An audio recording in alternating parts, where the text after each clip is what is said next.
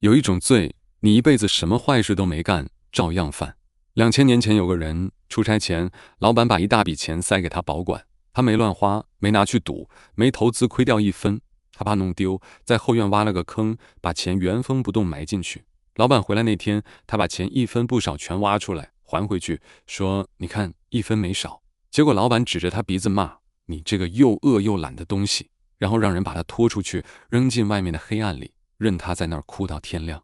我第一次看到这儿，愣了很久。一个一分钱没贪，原样还钱的老实人，凭什么是全场下场最惨的那个？这故事是耶稣讲的，在马太福音25章。更让我后背发凉的是最后一句，讲故事的人收尾的时候说：“你很可能就是他。”今天我就把这个仆人从头到尾给你扒清楚，越扒到后面，越像在说你自己。我还提前告诉你一件事，这期最后我会让你看见一个画面，我赌你不敢直视。咱先把这事儿掰开看。这个老板出门前手里有3个仆人，他按着个人的本事分钱，一个给了5000，一个给了2000，这个倒霉蛋给了1000。然后老板就走了，啥也没多交代，走了。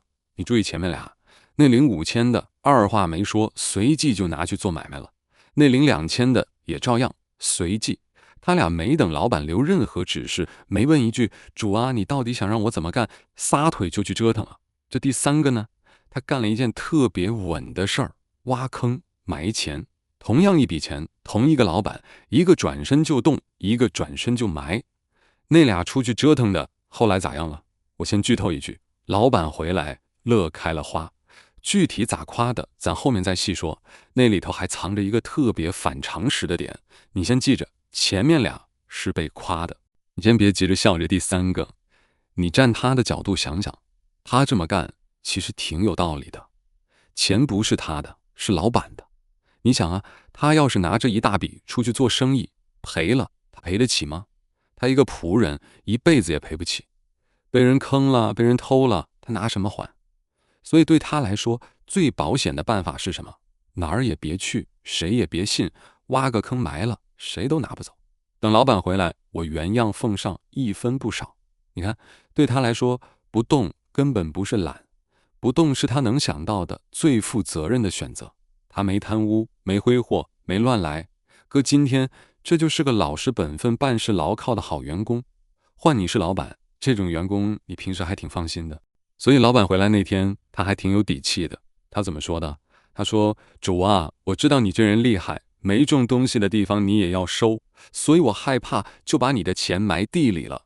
请看，你的原银子在这里。”你品品这句，请看你的原银子在这里，他是带着点邀功的口气说的，意思是你看我多稳妥，一分没给你弄丢吧。他到这一刻还觉得自己干得挺漂亮呢。他做梦也没想到，老板的回答是全场最重的那一句。老板说：“你这个又饿又懒的仆人。”然后把他扔进外面的黑暗里，在那里哀哭切齿。我盯着又饿又懒这4个字看了很久。懒还能理解，他确实啥也没干。可饿呢？这人到底饿在哪儿了？你回头数一遍，他偷东西了吗？没有。骗人了吗？没有。把钱挥霍了吗？没有。害过谁吗？一个都没有。他做的唯一一件事，就是把钱好好埋着，然后原样还回来。就这，耶稣给他定的罪是恶。这里头藏着一个特别吓人的东西。我们一般觉得恶得是你干了点坏事，你得偷得抢得害人，对吧？可这个故事里，这个人什么坏事都没干，他只是什么都没干。而耶稣说，什么都没干本身就是恶，不作为是一种主动的恶，不是中性的，不是无功无过，是恶。这话听着狠，但你想想，生活里到处都是。你看见有人摔倒了，你没扶，你也没推他，你啥也没做。可那个啥也没做，它是有重量的。圣经里雅各书有句话说得更直接，人知道该行善却不去行，这就是他的罪了。你注意那个字，是罪，不是遗憾，不是可惜，是罪。而且这种恶他特别会伪装，他从来不长着一张恶的脸，他长的是我再想想，时机还没到，等我准备好了这张脸。你心里其实早就知道该做那件事了，该开口的那句话，该迈出去的那一步，该放下的那个怕，你一直没做。你不觉得自己在作恶，你觉得自己在慎重，可在神眼里，那个你一直拿再想想拖着的事，跟那个埋在土里的钱是一回事。你再往深想一层，老板为什么气成这样？你站他角度，我信得过你，才把这么大一笔交到你手上，我图的是你拿去给我折腾，给我钱生钱，结果你干了啥？你把它埋了。你这哪是保管，你这是把我对你的那份信任也一起埋土里了。你什么都没做，恰恰说明你压根儿没把我交给你的这件事当回事。所以老板真正气的不是你没给我赚到钱，他气的是我把这么大一笔托付给你，你居然就让他在土里躺了一辈子。你对比一下就更刺眼了。那两个出去折腾的，老板回来拉着人家手直夸，好，你这又良善又忠心的仆人，还要把更大的事交给他们，请他们进去一起庆祝。轮到这第三个，一句好话没有，劈头就是又饿又懒，然后拖出去扔了。同样是仆人，同一个老板，待遇天差地别，差在哪儿？前面俩动了，他没动，就这一个差别。现在你再回头看这个故事最狠的地方在哪儿？扔进外面黑暗，哀哭切齿，这是圣经里数一数二重的判决。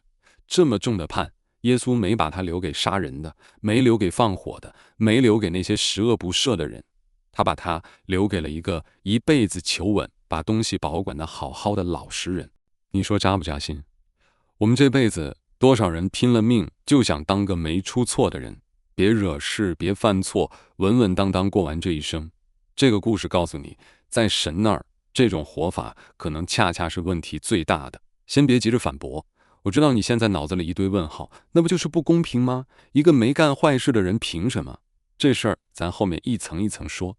你先把这个画面给我记住，一个老实人无过，却被判了最重的罪。我说个场景，你看看像不像你？某个周日聚会刚散，你跟前后排的弟兄姐妹笑着打招呼，这周辛苦啦，下周见啊。然后走出教会，开车回家，路上一个红灯，你停下来等，前面一片红色的尾灯，雨刮器有一下没一下的刮着，广播里在说什么你也没在听，脑子里不知怎么忽然冒出一个问题：我信主到今年整整8年了，这8年我为神真正做成过一件什么事？你开始想，从这个红灯想到下一个红灯，想不出来，不是谦虚，是真的一件具体的能拿出来对人说的事想不出来。你倒是想起来好几次差点。有一年你特别想去一趟短宣，报名表翻了3回，最后想想算了，请假麻烦花钱，万一不安全。还有一回教会缺个带敬拜的，你心里动了一下，又赶紧缩回去，觉得自己不够格。这些动了一下你都还记得，可他们一件都没变成真事，就那么过去了。但你心里马上有个声音替你辩护，我也没做错什么，我每个礼拜都到，刮风下雨都到，奉献从来没落下，读经打卡300多天了，小组从不缺席，我是个挺好的基督徒啊。你看，你刚才替自己说的每一句，那个埋钱的仆人都说得出来。我每周都到，他也把钱保管得好好的，我没做错什么，他也1分钱没弄丢，我原样奉上，他也是。你跟他用的是同一套说辞。我说这个不是要审判你，我自己开车回家的路上也问过自己一模一样的问题，也一样答不上来。咱俩坐一条船上，我就是想让你先看清楚一件事，你可能真的就是那个仆人。到这儿你可能心里想，行吧，就算我是那个保管的仆人，可他保管的不就是1000吗？听着也不多，我那点恩赐也就那么回事，至于吗？你被这个1000给骗了。这故事里的钱单位不是块，是他连德。一个他连德是多少？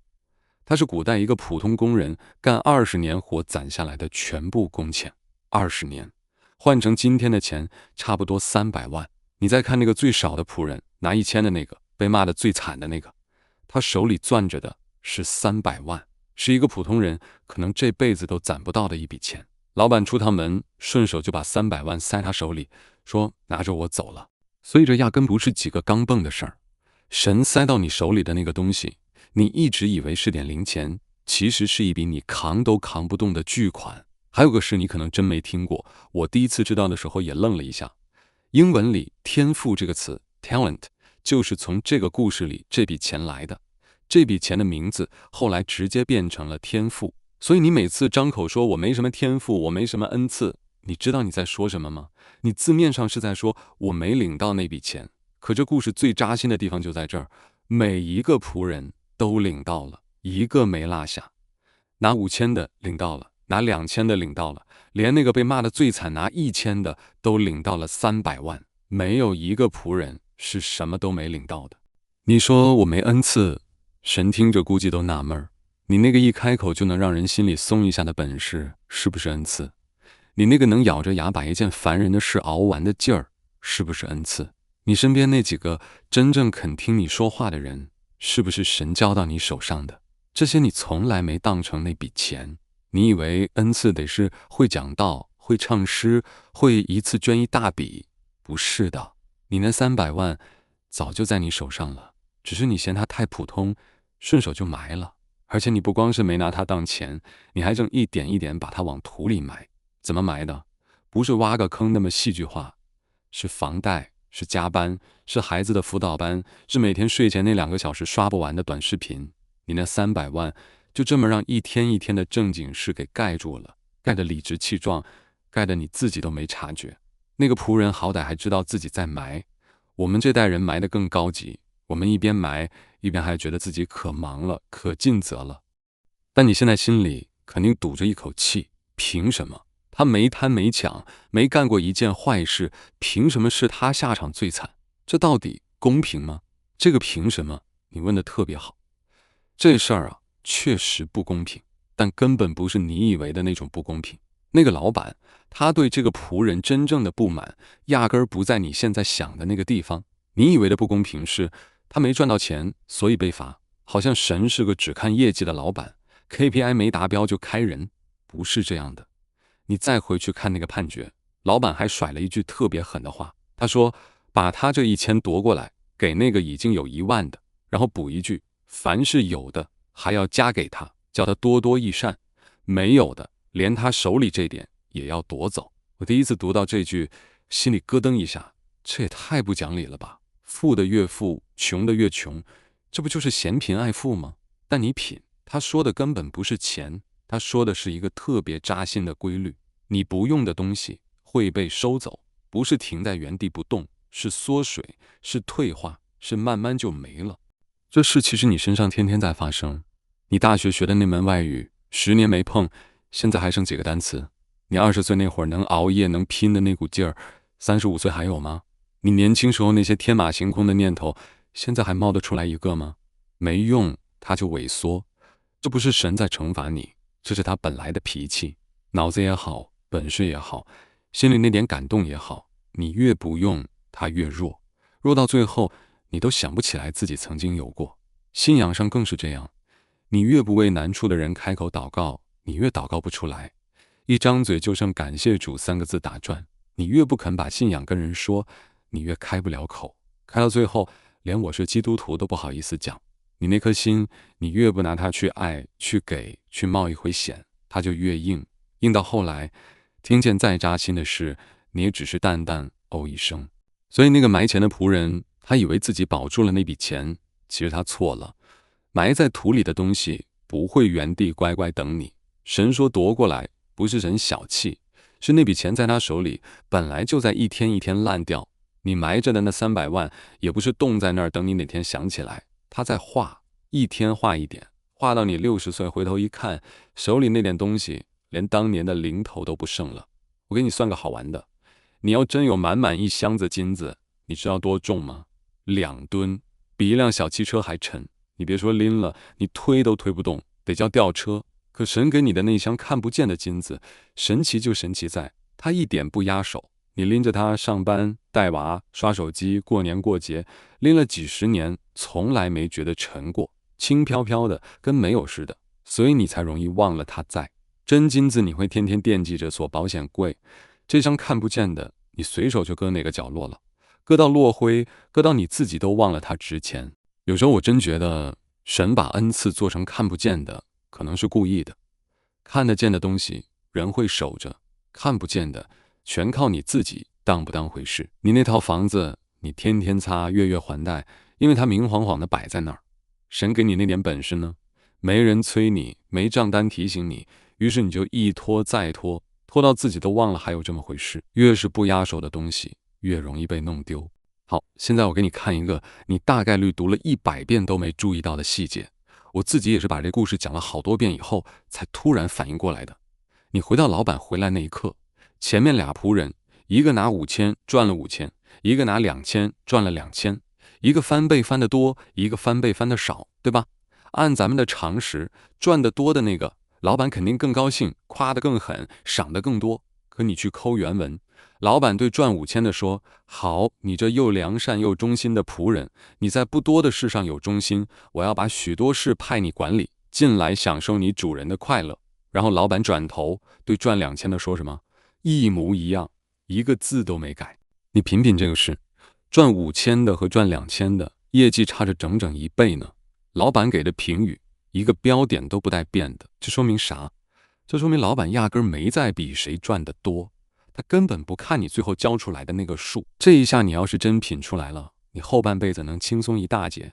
因为我们这辈子活得最累的就是那个比，你赚的比同学少，你混得比同事差，你孩子考得比邻居家低，一睁眼就在排名，一排名就难受，整个世界都在拿你交出来的那个数给你打分。可这个故事告诉你，神不排名，他不在乎你是那个赚5000的还是那个赚2000的，在他眼里你俩一样好，他在乎的根本不是那个数。你想想这得多解气，你这辈子被多少人用多少种方式排过名了，成绩、工资，谁家房子大，谁先结的婚，谁孩子更出息，你早就习惯了我得比别人强才算数。突然有一个人告诉你，在我这儿不排这个，你赚5000赚2000，我给你的话一个字不差。注意啊，这不是说努力没用，咱后面会说，这是说神看你的那把尺子跟全世界用的那把根本不是同一把。世界量你的产出，神量的是另一样东西。那另一样东西是什么？记住这个问题，它是今天整件事的钥匙。我先告诉你一句，那个被骂得最惨的仆人，他输的恰恰不是产出。他要真是输在产出上，那还说得过去。问题是，他输的根本不是这个。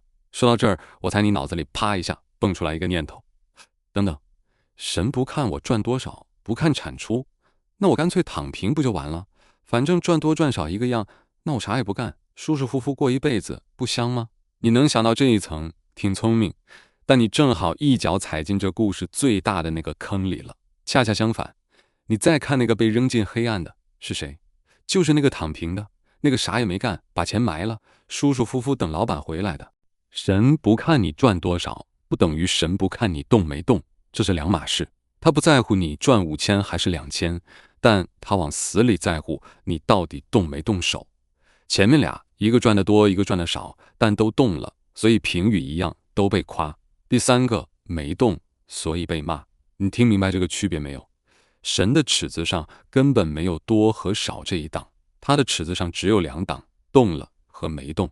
躺平不是赚得少，躺平是直接出局。所以躺平也行这个念头，那个埋钱的仆人临死前估计也这么安慰过自己。结果呢，躺平这事儿最坑的地方在哪儿？一个失败的人好歹上过场，他试过，他动过，他知道自己输在哪儿。可躺平的人，他连场都没上，他以为自己没输，其实他根本没玩这一局。老板要的从来不是你赢，是你下场去打。你坐场边嗑瓜子，赛后还觉得我又没踢丢点球，凭啥说我？那才叫最冤。没踢丢是因为你压根儿没上场。好，既然神只问你动没动，那咱就把你最爱用的那张挡箭牌拿出来照照光。某个深夜，你躺床上刷手机，刷到一个跟你差不多大的弟兄的见证，人家辞了份好工作，跑去做全职服侍，带了一片人信主，你心里咯噔往下沉了一下。那一下是羡慕也是慌，然后你特别熟练的给自己盖了床被子，你心里说，神给每个人的不一样嘛，人家有人家的命，我在自己岗位上忠心就好，要知足。你翻了个身，关了灯，你发现没有，那句要知足根本不是知足，它是你刚才那一下慌赶紧找的一个台阶。你不是真的安于现状，你是被那个见证戳了一下，然后顺手抓起知足2个字，把那个戳痛的窟窿糊上了。还有一张牌更好使，你是不是经常说我恩赐小，做不了什么大事，我就老老实实待在自己的小角落吧，听着特别谦卑，对吧？但你回去翻翻那个故事，被骂得最惨的恰恰是拿的最少的那个。神有没有因为他只拿了1000就把要求降低一点？没有，一点都没降。所以我恩赐小这句话根本不是谦卑，他是那个埋钱仆人的原话，换了身衣服又回来了。他当年的版本是主啊，我害怕，我就1000块，我怕弄丢。你现在的版本是主啊，我没啥恩赐，做不了大事，我就别瞎折腾了。一个意思，都是给我不想动找一个听起来体面的理由。我知道说到这儿，你心里可能有点堵，甚至有点想关掉。那种感觉是，行了行了，我知道我不行，我什么都没做，我就是那个埋钱的，你别说了行不行？先别急，我跟你保证一件事，这个故事的结局不是来定你的罪的，真的。你要是听到最后，你会发现它其实是来松你绑的，但松绑之前，你得先让我把绑住你的那根绳子指给你看清楚。好，再给你照一个特别细的画面，小组聚会，大家围一圈分享，轮到旁边那位转头问你，你觉得神给你的恩赐是啥呀？你摆摆手，笑着说，我没什么恩赐啦，普通人一个，不像台上那个弟兄那么会讲道，也不像谁谁那么有能力奉献。这话说的特别自然，特别谦虚，但我要你抓住那一瞬间，你说完我没什么恩赐之后，你心里是不是有那么一丝丝的轻松？你自己可能都没注意到那一下，但它在。那一丝轻松是哪儿来的？因为我没恩赐这4个字一出口，你就把一副担子卸下来了。没恩赐就没责任，没领到那笔钱就不用交账。这话我自己也说过无数回，太好使了。他一出口，你不是在谦虚，你是在给自己开一张免责声明，这才是最要命的地方。我们不光在不动，我们还在为不动偷偷地感到一种说不出口的舒服。你想想那个仆人，他把钱埋好的那个晚上，会不会也睡得特别踏实？反正埋土里了，谁也偷不走，我也不用操心做生意会不会亏，明天该干嘛干嘛。那一夜的踏实，跟你说完我没恩赐之后那一丝轻松，是同一种东西。它太舒服了，舒服到我们一辈子都不想戳破它。而且这张免责声明，我们根本不是开给神的，是开给自己看的。神从来没认过它，我们拿着它骗的是自己，好让自己能心安理得的把那300万继续埋着，1年又1年。但今天就得戳破它，因为那个让你睡得踏实的免责声明，老板回来那天，恰恰是他最不认的一张纸。所以你看，你手里那些借口到这儿一个都不剩了。你没法再说我产出少所以没事，也没法再说我没恩赐所以不怪我。那就剩最后一个问题了，也是最硬的一个。你手里攥着300万，你知道不动它会烂掉，你也知道恩赐小是骗自己的，那你为什么还是不动？这个为什么比前面所有问题都难，因为别的你还能赖标准、赖恩赐、赖环境，这一个你赖不出去了，它指的就是你自己。我先提醒你一句，这个答案就2字儿，揭开之后你可能会有点想哭，因为你会发现那个绑了你一辈子的东西，你不但不恨它，你还一直把它当成了自己人。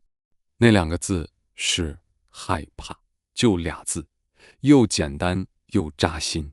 你可能立刻要反驳，不对啊，他被骂的是又饿又懒，懒还沾点边，害怕跟懒跟饿有啥关系？有，而且这恰恰是整个故事你一直读反了的地方。我先问你，听到现在你心里是不是已经有了个打算？行，我懂了，那我回去赶紧动起来呗，多服侍，多奉献，多做工，把那300万用起来，不就完了吗？打住，这个故事它根本就不是讲你要努力做工的，你要这么理解，你又把它读成一篇上进青年励志稿了，它比这个深得多，也扎心得多。证据就在那个仆人自己嘴里，你回去看他怎么交代的。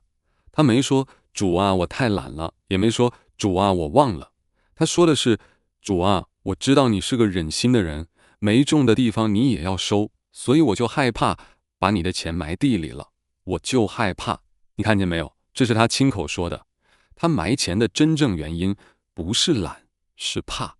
懒是我不想动，怕是我不敢动，这是两种完全不一样的东西。那个仆人他不是葛优瘫在沙发上啥也不想干，恰恰相反，他可能想了很多。他翻来覆去的想，这钱我要是拿去做生意，亏了咋办？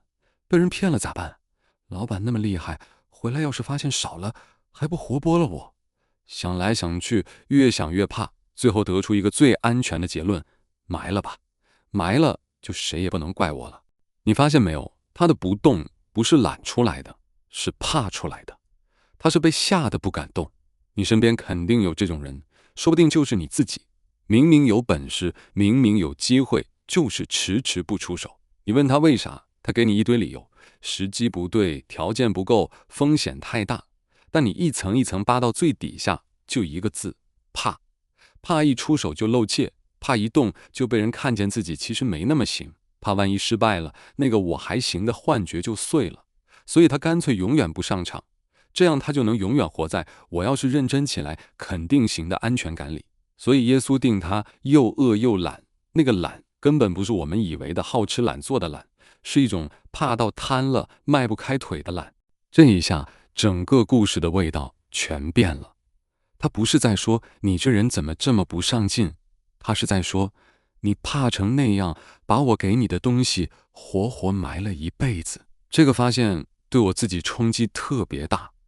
我以前一直以为我信仰上不冷不热，没怎么结果子，是因为我不够殷勤，不够爱主，我老在那自责，觉得自己是个懒惰的基督徒。直到我看懂这个仆人，我才反应过来，不对，我不是懒，我是怕。我心里有一堆想做又没敢做的事，每一件背后都蹲着一个万一。那问题就来了，他到底在怕什么？这是整件事最关键的一层，你一定得听清楚。你回去看仆人那句话的前半节，他说：主啊，我知道你是忍心的人，没种的地方你也要收割，没散的地方你也要聚敛。你听听，他嘴里这个老板是个啥形象？一个刻薄的、算计的、不讲情面的家伙，连没种的地方都要收，意思就是这人专挑你毛病，你做不到他还要怪你，横竖都是你的错。你发现没有，这个仆人怕的根本不是做生意会亏，他怕的是这个老板本人。他打心眼里觉得我这个主是个随时拿着放大镜等着抓我小辫子的人。那你说一个员工要是觉得老板是这种人，他会怎么干活？他会拼吗？不会。他会创新吗？更不会。他只会干一件事，尽量别出错，少做少错，不做不错，把头埋下去，把活做得规规矩矩，挑不出毛病，然后祈祷老板别注意到我。这不就是那个埋钱的逻辑吗？我不求有功，但求无过。我把钱原样保管好，你总挑不出毛病了吧？所以你看，他的怕，他的埋，全都是从一个错误的认识来的。他把他的主看成了一个暴君。可你往回看一眼，这老板真是个暴君吗？一个暴君会把300万白花花的交到一个仆人手里，然后转身就走，连个监工都不留吗？不会。他敢这么交这么走，是因为他信得过你。这压根儿不是算计，这是信任，一份天大的信任。可那个仆人硬是把这份信任看成了一道随时会翻脸的考题，他从头到尾就没认出他主人的好。这就是这个故事真正的钥匙。你怎么看神，决定你敢不敢动。一个觉得神是暴君的人，他这辈子最理性的选择就是什么都别做，因为在他的算盘里，做了可能错，错了要挨罚，不做至少安全。这是一点都不丢人，人天生就怕失去，宁可保住手里这点，也不愿冒险去够更大的，这是刻在骨子里的本能。同样100块，丢了的那个痛比捡到的那个爽要强得多。所以那个仆人不是个例，他就是你我。我们脑子里那杆秤本来就是往别动那头偏的，但你把这个本能放到一个你以为是暴君的神面前，他就一路放大，成了一辈子的瘫痪。你不是不想为神活得精彩一点，你是不敢，因为你心里那个神太吓人了，你怕你一动就动错，一动错他就翻脸。所以你这辈子在神面前活得特别累，又特别小心，像个总怕被开除的临时工。可你从来没问过自己一句，我心里这个随时要开除我的老板真的是神吗？还是说是我自己吓自己，给神安了一张我爸的脸，我老板的脸，我这辈子被伤过的所有人的脸？那张吓了你一辈子的脸根本不是神的脸，那是你的伤投在神身上的一个影子。你怕的从来不是神，你怕的是你过去挨过的那些刀。我说个事儿，你自己心里对一下，你心里是不是一直压着一个念头，压了不止1年了？也许是你一直想辞掉那份你不爱的工作，去做一件你觉得真正有意义的事。也许是你想跟那个伤过你，你也伤过的人把话说开和好。也许是你心里有个特别想帮的人，一件特别想做的事，你想把那笔攒着的钱拿出来做了它。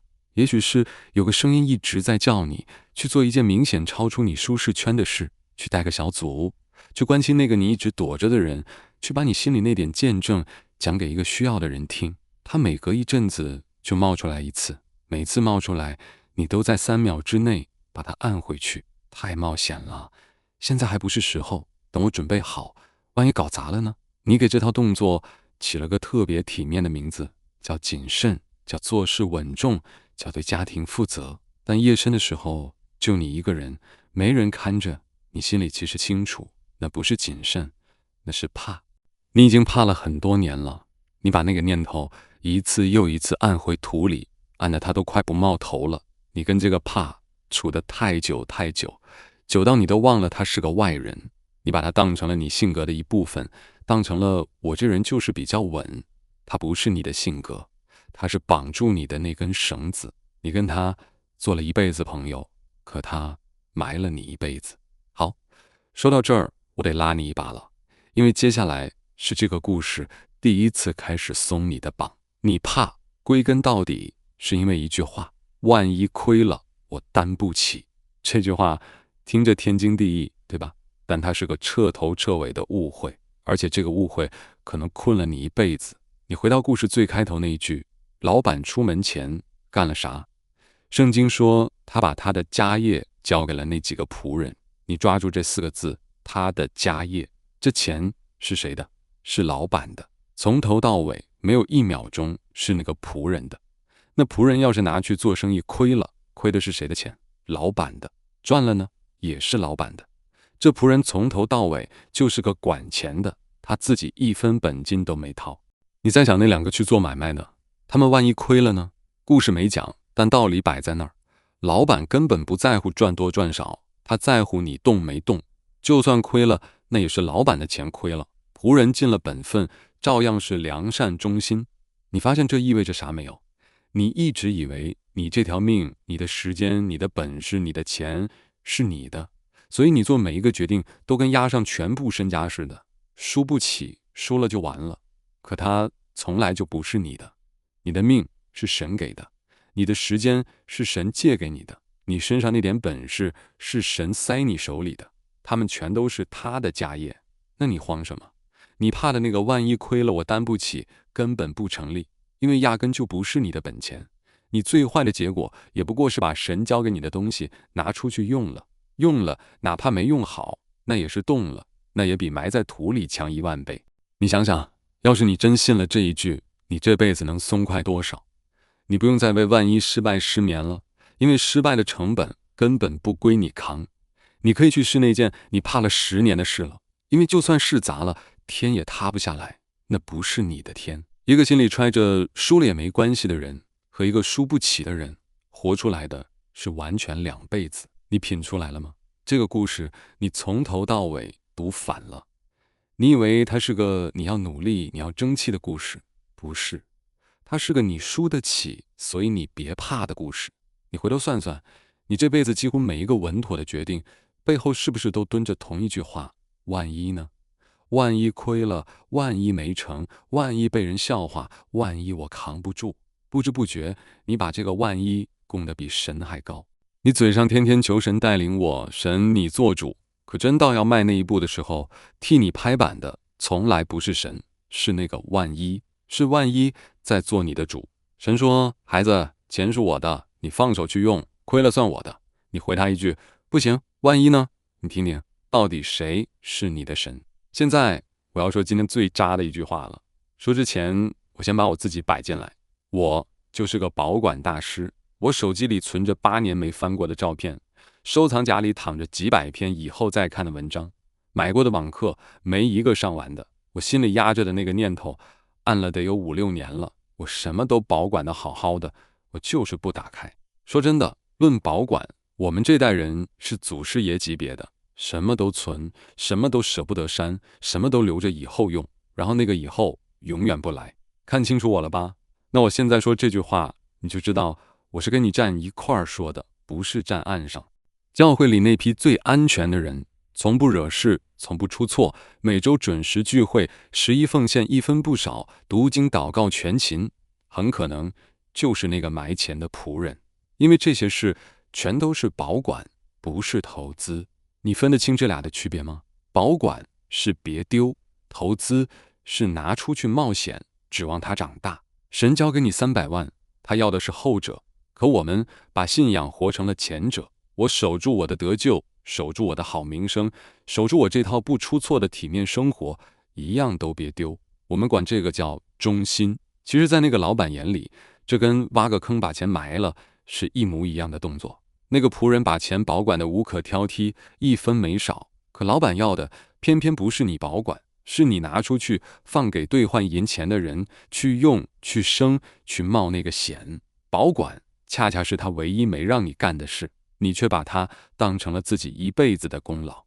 所以那句话，我给你安全的活一辈子，在这个故事里，它有个名字叫又饿又懒。你那些年的我没出错，我很本分，我挺稳的，在老板那本账上记的是同一笔。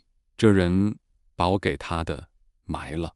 我知道这一段你听着不舒服，可能比前面任何一段都不舒服，但你记着我跟你保证过的，这个故事不是来定你罪的。绑住你的那几根绳子，我已经一根一根给你松开了，可还有最后一样东西没揭开，就是我开头答应过你的那个画面，交账那天。你一直以为交账那天最可怕的是神冲你发火，罚你，把你扔出去。不是的，真正可怕的那个东西比挨骂难受100倍。我现在就带你去看一眼，但我先给你打个预防针。这个画面不是地狱的火，不是审判的雷，它比那些安静得多，也疼得多。它就是一个房间，房间里站着2个人，一个是你，另一个也是你。我知道你这一路听下来，心里那个最大的问题一直没敢问出口。你想问的是，那还来得及吗？我先把心给你放下，来得及，但你得先跟我走进那个房间。因为你要是没看清那一天到底在等什么，你今天就算想动也动不起来，你只会动2天，然后又被那个怕拽回去，接着埋。那个老板出门出了那么久，他总有回来的一天。圣经说，过了许久，那些仆人的主人回来了，和他们算账。算账这俩字儿，你一听就发怵，对吧？你脑子里那个画面肯定是神板着脸，拿个大账本，一条一条数落你，最后大手一挥，把你扔出去。你这辈子怕了那么多次算账了，怕考试，怕体检报告，怕老板找你谈话，怕年底复盘。你想当然的以为跟神算账也是那一套，战战兢兢等着挨批。错了，那一天真正发生的根本不是这个。神跟你算账，他不翻你的错题本，他翻的是另一样东西。他当年塞你手里那300万，你到底拿它做了什么？而最让人受不了的，不是他翻出你做错了什么，是他翻出你什么都没做。你想想这多冤！一个杀人犯站在他面前，好歹还有件事可交代，我犯了什么？可你呢？你站在那儿，他问你这辈子干了啥，你张口想答，发现答不上来。不是因为你做了什么见不得人的事，是因为你这辈子太干净了，干净的什么都没留下，一张白纸。一个杀人犯交账，交的是一笔血债；你交账，交的是一张白卷。你说哪个让神更难过？那一天安静的吓人，来，我带你进去。那一天你站在他面前，他没有发火，他甚至没有大声说话，他只是很安静的开始把一样一样东西摆到你面前。他先摆出你的年日，一年一年又一年，你这辈子活过的所有日子，整整齐齐摆在那儿。你看着那一堆日子，心里咯噔一下，怎么这么少？你总觉得日子还长，还有的是时间，等准备好了再说。可摆出来一看，就这么小小的一堆。你那些以后再说，等退休了，等孩子大了，原来都是拿着一小堆日子去赌一个永远不会来的以后。然后他摆出你的才干，那个你一直说我没什么恩赐的才干，原来他一直在，一直好好的，他都替你记着。然后他摆出你心里那些冒出来过的感动，一个一个又一个，那些你在3秒之内按回去的念头，他一个都没丢，全替你收着呢。你以为他们消失了？没有，他们都在这儿。他还摆出来几张脸，是几个人的脸，是那些如果你当年开了口伸了手，本来你能帮到能陪到能带到他面前的人，他们也站在那儿看着你。他们的人生因为你那一句算了，缺了一块，那一块本来该是你给的。最后他抬起手指了指你旁边，你扭头一看，旁边站着一个人，是你，是那个本来可以活出来的你，是那个如果你当年没把那件事按回去，如果你当年敢动一下，敢冒一次险，本来会长成的样子。他做了你不敢做的那件事，他辞了那份工作，去做了那件你觉得有意义的事，磕磕绊绊，但他做成了。他就跟那个人和好了，哭了一场，但他们和好了。他把那点本事掏出来用了，帮到了一些人，那些人的脸你也看见了，他们因为他活得不一样了。他不比你聪明，他不比你有钱，他跟你是同一块料，唯一的差别是在某一个你按下算了的瞬间，他没有按，就那么一个瞬间的差别。他把那个怕按住了，你没有，然后你俩从同一个起点差成了2个人2辈子，一个活成了站在你旁边的这位，另一个就是现在站着说不出话的你。他就站在那儿看着你，一脸你从来没敢活成的样子。你想说点什么，你张了张嘴，老板问你一句话，就一句，他说这些你都还给我了，一样没少。他说我只问你，你用过吗？你一个字都说不出来。你想辩解，你想说主啊，我那时候忙，我那时候怕，我那时候觉得自己不行，可这些话到了嘴边你自己都说不出口，因为你心里清楚，时间你是有的，胆子是你自己没给自己。而我不行这句，你旁边那个活出来的你已经替你证明了你行，所以你闭嘴了。这是全宇宙最沉默的一个瞬间。我得跟你说清楚一件事，圣经里那个外面的黑暗哀哭切齿是真实的审判，我不替你把它抹掉，但对你对我，那一天最先烧起来的往往不是火，是这个房间，不是远远的有个地方在烧，是你终于静静地看清楚了那个你本来可以成为的人，那个神当年掏心掏肺塞给你300万信你能成为的人，你亲手把他埋了，埋了一辈子。你哭不是因为挨罚，你哭是因为你终于看见了那个一直在土里被你亲手埋着的本来的你自己。这个画面我自己盯着想了很久，我发现它比任何关于地狱的描写都更先抓住我，因为地狱的火听着离我很远，可这个房间这2个人我心里清楚，要是我继续这么活下去，这个房间迟早是我的，那个我没活成的我迟早会来。你呢？我并不是要你现在就辞职，不要你现在就把存款全捐出去，不要你现在就去干一件惊天动地的大事，那不现实，那又是另一种极端。我要你做的是今天给那件事迈出最小的一步，最小的，小到你那个万一都懒得拦你。想跟那个人和好，今天给他发一条信息，哪怕就一句最近还好吗？想做那个事工，今天给那个负责人发条消息，问一句还缺人吗？想做那件一直没敢做的事，今天把它写下来，写在一张纸上，贴到你天天看得见的地方。为什么非得是今天？因为你太了解你自己了。你要是说我明天开始，这周再想想，你心里清楚结果是啥，又是一个以后，又是一锹土盖上去，那个怕就指望着你拖，你一拖他就赢了。所以别给他这个机会，今天现在趁你刚被戳醒，心还热着，把那最小的一步迈出去，等到明天你又凉了，你又变回那个仆人了。就这么小的一步，你今天迈了这一步，你就不再是那个埋钱的仆人了。从这一刻起，你动了，你下场了。神看着你迈出这小小的一步，他的反应不是终于啊磨蹭这么久，是那个老板的反应，他乐开了花。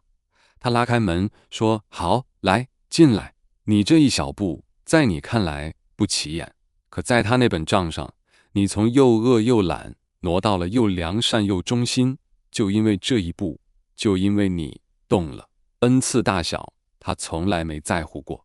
你还记得吧？5000、2000一个评语，他在乎的从头到尾就这一下，你动没动？还记得这期一开头我跟你说的那句话吗？我说讲这个故事的人最后补了一句，你很可能就是他。现在听了这一路，我想把这句话改一个字还给你，你还可以不是他。那个埋了一辈子的仆人和那个今天蹲下去把手伸进土里的你，你们俩差的不是一笔300万，你们俩手里的钱一样多，差的是一个动作，一个动作，就这么点差距。你想想，这其实是个天大的好消息。要是差的是300万，是天赋，是命好不好，那你没辙，你认命得了。可差的只是动一下，这个你今天就能补上。他不要你有钱，不要你有才，不要你万事俱备，他只要你伸一下手。全世界最贵的那样东西，往往最便宜。这一步不花1分钱，他只要你把那个怕按住一次就一次。